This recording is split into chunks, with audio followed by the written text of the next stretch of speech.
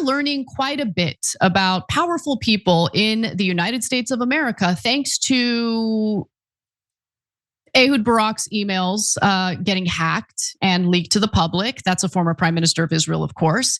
You also have the House Oversight Committee, the Democrats within the House Oversight Committee, releasing some of the Epstein files that the Trump administration has been pretty desperate to cover up.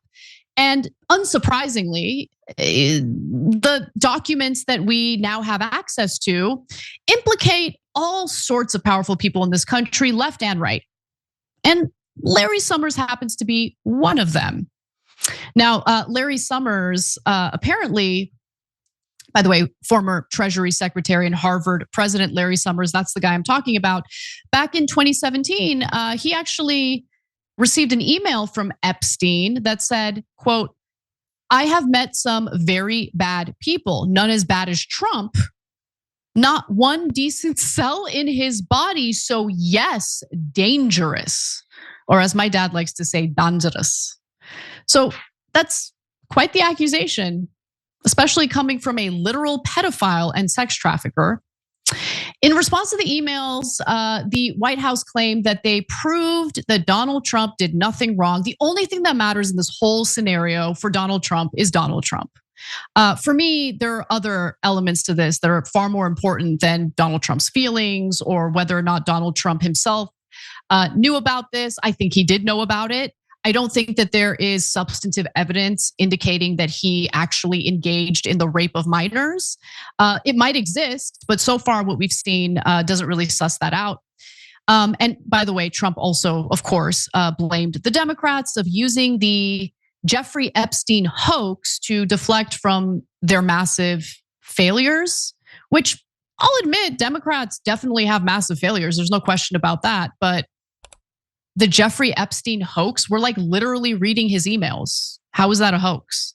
Okay, so let's talk a little more about Larry Summers. As I mentioned earlier, Donald Trump is not the only person who has a little bit of explaining to do following the release of these emails. So it was already well documented that Harvard professor Larry Summers had a relationship with Epstein. But honestly, these new emails kind of give us a better sense of the extent of that relationship. And they do prove that their friendship was certainly much closer than anyone previously knew. So they regularly corresponded about women, politics, and projects at Harvard as late as March 2019, which was just months before Epstein's arrest and subsequent death. Now, remember that Epstein also had previously faced criminal charges related to the sexual exploitation of underage girls. This was back in 2006. So homeboy Larry Summers was all buddy-buddy with Jeffrey Epstein after that 2006 case, because apparently exploiting underage girls for sex, not that big of a deal. They're friends after all. The Miami Herald piece, by the way, anyone heard from Larry Summers? Like, what's up? You got anything to say about this? So the Miami Herald piece that investigated his sweetheart deal, meaning Epstein's sweetheart deal, and exposed his plethora of crimes, also came out in 2018. But for a full year after that, Larry Summers still buddy-buddy with Jeffrey Epstein. Great, okay. So apparently Larry Summers didn't see a problem with that. So in an October 2017 email to Epstein, Summers seemed to joke that women were less intelligent than men and complained about universities' response to sexual harassment allegations. He says, quote, "I observed that half of the IQ in world was possessed by women without mentioning they are more than 51% of population. I'm trying to figure out why American elite think if you murder your baby by beheading and abandonment, it must be irrelevant to your admission to Harvard, but hit on, you're calling women stupid? Like, I can't even, what is this? I'm trying to figure, let me try to read this again. I'm trying to figure out why American elite think if you murder your baby by beating and abandonment, it must be irrelevant to your admission to Harvard, but hit on a few women 10 years ago and can't work at a network or think tank. Do not repeat this insight, in all caps. That guy used to be a Treasury Secretary in the United States. So what is he referring to here? He's referring to women, or a specific woman by the name of Michelle Jones, who was convicted of killing her toddler when she was a teenager. And after more than 20 years in prison, she was admitted to Harvard, to a PhD program in particular, but they later rescinded that acceptance. So that's what he was referring to. So at times, Larry Summers even confided to Epstein about his relationship with an unnamed woman in London.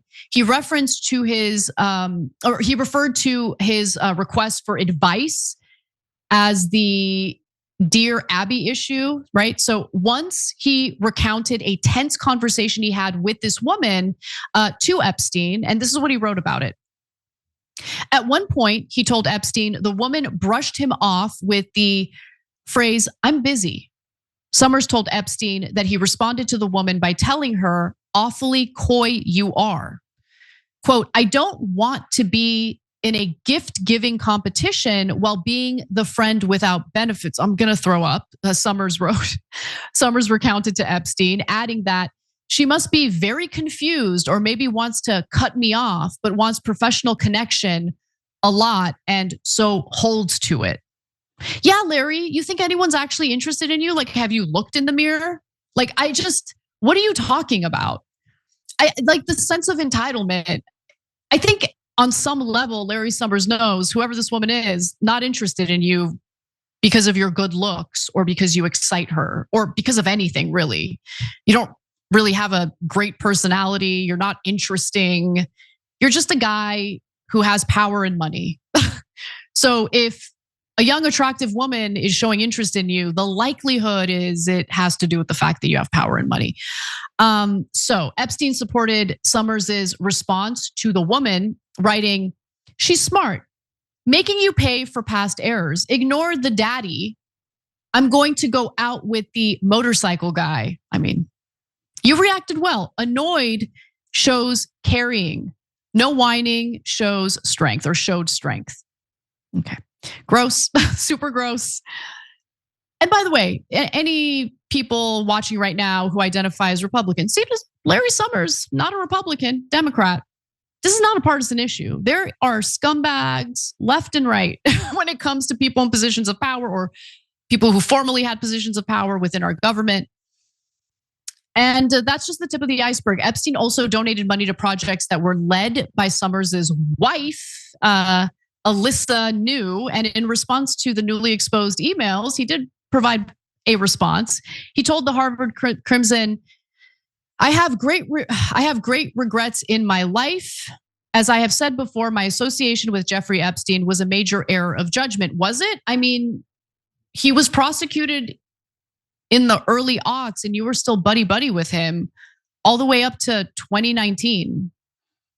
How do you explain that? So what happens now? So despite this latest email drop, there are still millions of Epstein files from the case that have not been released to the public. And so yesterday, we did get a small step closer to making the release of the Epstein files happen. Because finally, Republican House Speaker Mike Johnson decided to swear in Congresswoman Adelita Grijalva after a 7-week delay. Many believe that the 7-week delay had more to do with the fact that Mike Johnson really did not want to hold a vote that would eventually lead to the release of the Epstein files. And I am certainly sympathetic to that theory. Now, she did provide the final signature, meaning Grijalva did. She provided the final signature needed to force a vote on the release of the Epstein files, but the bill overall is still very unlikely to pass in the Senate. And even if it did, Trump would still be able to veto it, right?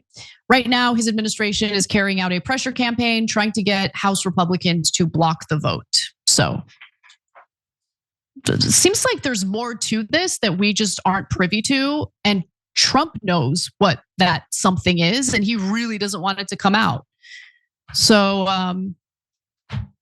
we'll see what happens. But I mean, it is kind of incredible that we have gotten some information, not through Congress per se, not through our incompetent loser lawmakers, but because of email leaks. And if you don't have the full picture, what ends up happening is people start thinking conspiratorially. And I don't blame them for doing that. If we're not gonna have transparency, which helps us fill in the blanks, well, then people are gonna come up with their own theories.